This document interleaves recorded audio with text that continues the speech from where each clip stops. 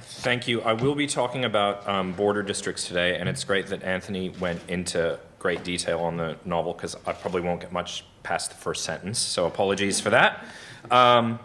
Today I'm going to briefly consider the complex relationship of Murnane's newest novel, Border Districts, to his past works. This analysis partially relies on a broader claim, which I'm not going to prove today, but I'm going to note it, that it is sort of an ambit claim, and this will hopefully be an instance of this, that all of Murnane's post-break works, which I'm counting as from 2005 to present, so he has a gap in his publishing between 1996 and 2005. I'm presuming that most of you are familiar with this, so I'm referring to the post-2005 as post-break and pre-break as before 1996 and before, that most of his post-break works self-reflexively and programmatically refer back to the pre-break works, and that this self-referencing is key for understanding what's going on with the later works. That's the kind of broader claim I want to make. I won't be able to establish that as such, but I'm hoping that in this brief reading of Border Districts, and primarily its first sentence, I'll be able to some degree establish what's happening here in this way, and that's indicative of this broader tendency. My main argument is going to be that this self-reflexive return constitutes an attempt to recontextualize and actually to revise, and this is the key point I want to make, to revise after the fact the meaning and intent of the earlier works, and that to me is the kind of key thing that I want to highlight. The larger effect of this is also the creation of a unified body of work which maintains some form of larger coherence. Now, this is a stupid claim that I'm making, this last claim, that there is a larger coherence to his work, and it's an obviously stupid claim. And the reason it's obviously stupid is that the notion that there's some larger coherence to Murnane's work has been disputed, notably by him, in a few contexts. The first is a 2015 interview with Tristan Foster for 3 AM magazine, where Murnane issued a strong warning to future critics who would like to view his body of works in this sense. And this is an edited long quote from him. He says, "You speculate that my body of work seems as though it was planned from the beginning. This is my opportunity to complain against another item of foolishness that occurs often in discussion about writers, especially those such as myself, whose books sell few copies. Often, the expression occurs, he published his first book in ... or 4 years passed before he published his next book ... Such expressions bring to mind a powerful figure of the great writer, choosing when and where and in what order he'll deign to bestow his books on the world.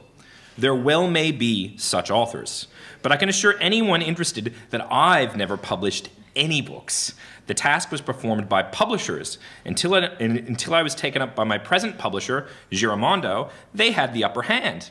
A Lifetime on Clouds was half a book. The publisher cut in half the long 4-part work that I first submitted.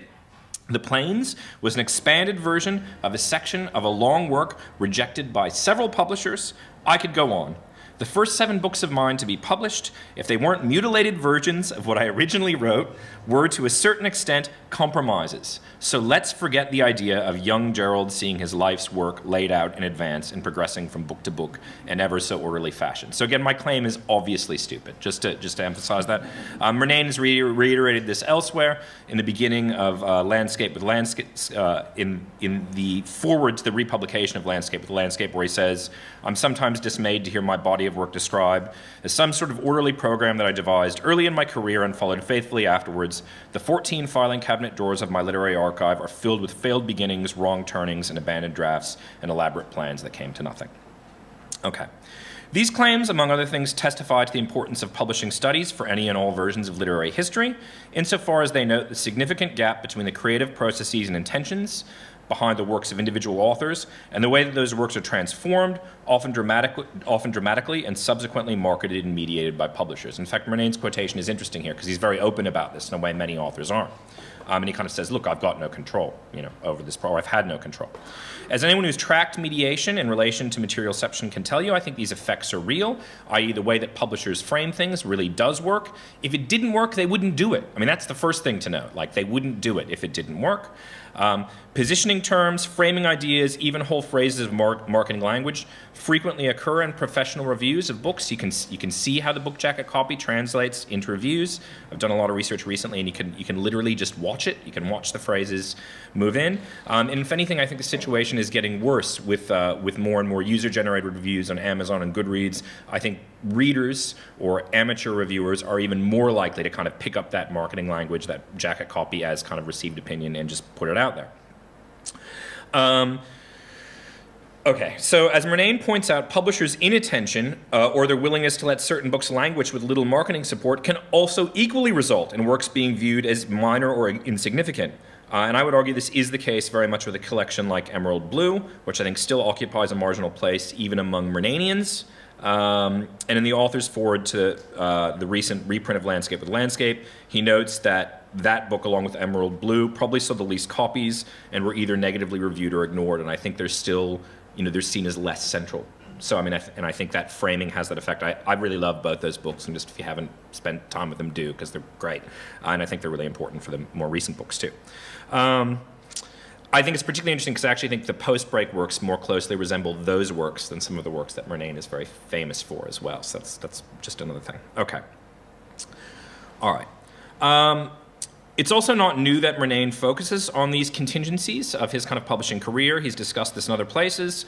And even in the pre-break works, it starts to appear. For example, his short story, The Only Atom, in Velvet Waters, notes that The Plains was in a kind of an extrapolated section of a smaller, longer work, also titled The Only Atom. In The Breathing Author, he discusses his failure to complete a larger manuscript entitled O Dem Golden Slippers. And it's a kind of interesting, and he attributes that in, I think, what's kind of an interesting way. He says, my drawing back from O Dem Golden Slippers has something to do with my being a husband and a father of adult children. If I had been, as Marcel Proust was, neither a husband nor a father, or if I had been, as D.H. Lawrence was, a husband but not a father, I might have been drawn back. It's a very weird and interesting passage, which again says that this failure of authorial intention, it's not due to some creative or internal failure or capacity, it's due to something contingent in the world. So again, he's drawing attention to that contingency. On the face of it, Murnane's quotations here emphasize the contingency of his published output, avoiding the term literary career here, since Murnane describes himself as a part-time author. And emphasizing this contingency, it would seem to dispel any notion of his published output as a unitary or coherent work. But I want to offer a different reading. That the post-break works seek to turn this contingency into necessity by reframing and recontextualizing this work in a way that gives it coherence after the fact, that effectively revises it into a complete or total work. This process actually constitutes by some measures a more impressive project than if he had actually just enacted a plan. I'll return to that. Border Districts announces its relationship to Murnane's earlier work in its opening lines. 2 months ago, when I first arrived in this township just short of the border, I resolved to guard my eyes, and I could not think of going on with this piece of writing unless I were to explain how I came by that odd expression. And actually the book kind of elaborates then. The whole book goes on to explain how he came by that expression. But of key importance, this opening both mirrors and subverts the opening of what is usually regarded as Murnane's most important work of fiction, The Plains, which opens with these lines.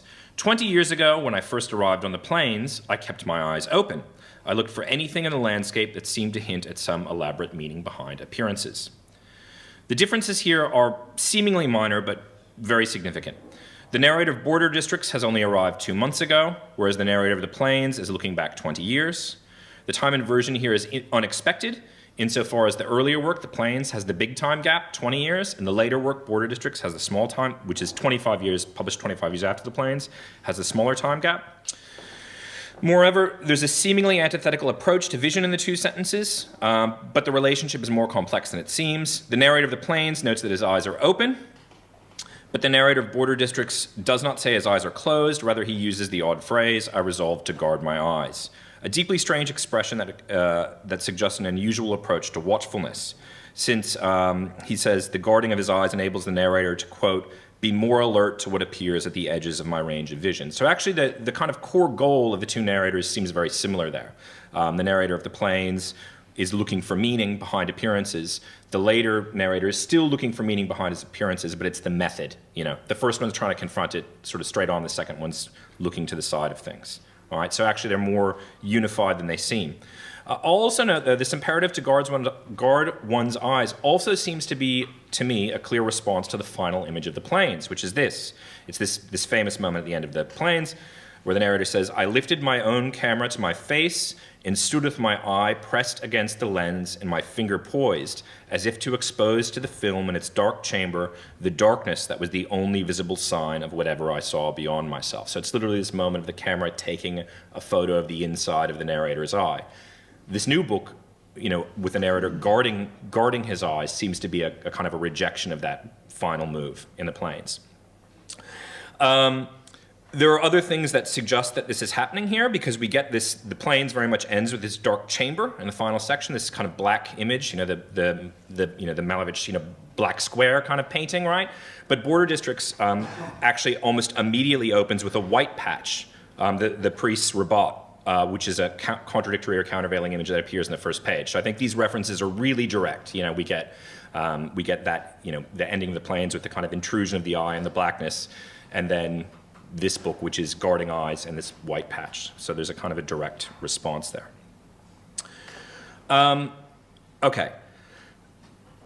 I'm not going to go through all of the correspondences now. And this in no way catalogs all of them, but I want to begin to think about the ways in which Border Districts both evokes and responds to this earlier work and what it might mean to do this in this way. All right, some of the macro effects of this. It's worth noting that the invocations to earlier works are in no way limited to the planes. It's the most obvious one in that opening line.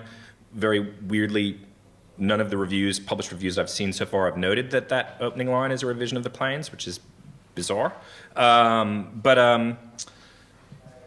These correspondences appear throughout. Some of this is just the recurrence of figures that we've come to expect from Murnane's work: racehorses, marbles, stained glass windows, men who fall in love with fictional characters, and so on. That's just that we're used to that, I think. But other correspondences seem to be even more explicit. So later in the book, the narrator recounts the radio program with a female writer who proposes a writing retreat, which appears to resemble the Waldo workshop proposed in the Murnane story Stone Quarry, from Velvet Waters. The description of the never-ending book, composed of sections of multiple other books and all contained within a large mansion, calls to mind A Million Windows. The long discussion of books and the incapacity of the narrator to remember specific passages of them recalls In Far Fields from Emerald Blue, quite specifically. The idea that the narrator is writing this report to give to the woman recalls Inland and the kind of the opening of that book, and there are all these kind of very specific invocations. I want to suggest these references are not sort of neutral invocations to just build complexity. They're doing something else. And I think the best example is that allusion to the planes in the opening sentence. The reference here doesn't just add another layer of meaning to the novel, but works backwards to change the meaning and position of the planes itself. Firstly, it turns what had previously seemed to be a standalone novel, even though we already know that it's in fact just an extrapolated cast-off from a longer unpublished novel that's sitting in the archive called The Only Atom. But it recasts this standalone novel as something like a diptych. The Plains is now part of a larger intertextual conversation in Murnane's body of work, and moreover, the fictive world of the Plains is shot through with a biographical or biographical seeming significance. Murnane, of course, insists on this division following Wayne Booth between the breathing author and the implied author, which I think we're going to hear more about today, and so I won't go into that too much. But the journey of the narrator to the Plains in Border Districts is essentially conflated with Murnane's own move to regional Victoria in some way. And what happens here is that the Plains seems to presage a later event that occurs in real life now. With the publication of Border Districts, which makes this link, now the Plains almost seems prophetic. There's a mirroring in real life of what had previously happened in fiction in that regard. So the Plains is no longer just this fictional work. It kind of is doing all this other stuff. The result of this is that the Plains' meaning in relation to Murnane's other work has changed after the fact. I don't think this is incidental or accidental, and I think its ex post facto nature recalls the logic of Borges's essay Kafka and his precursors. Murnane has referenced Borges and his other published work.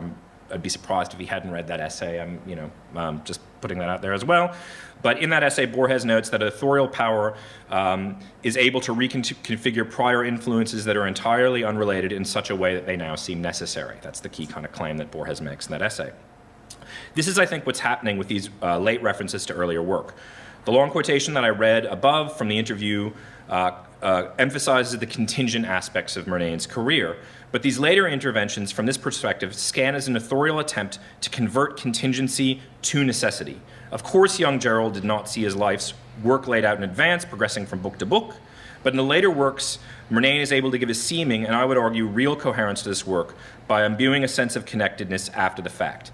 In a sense, this is both a more ambitious project and arguably a more significant authorial achievement, since this process effectively rewrites the past and solves the problem of contingency that arose from market considerations of publishers by retrospectively making coherent the incoherent.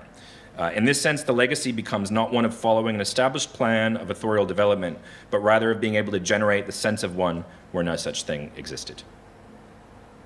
Thanks.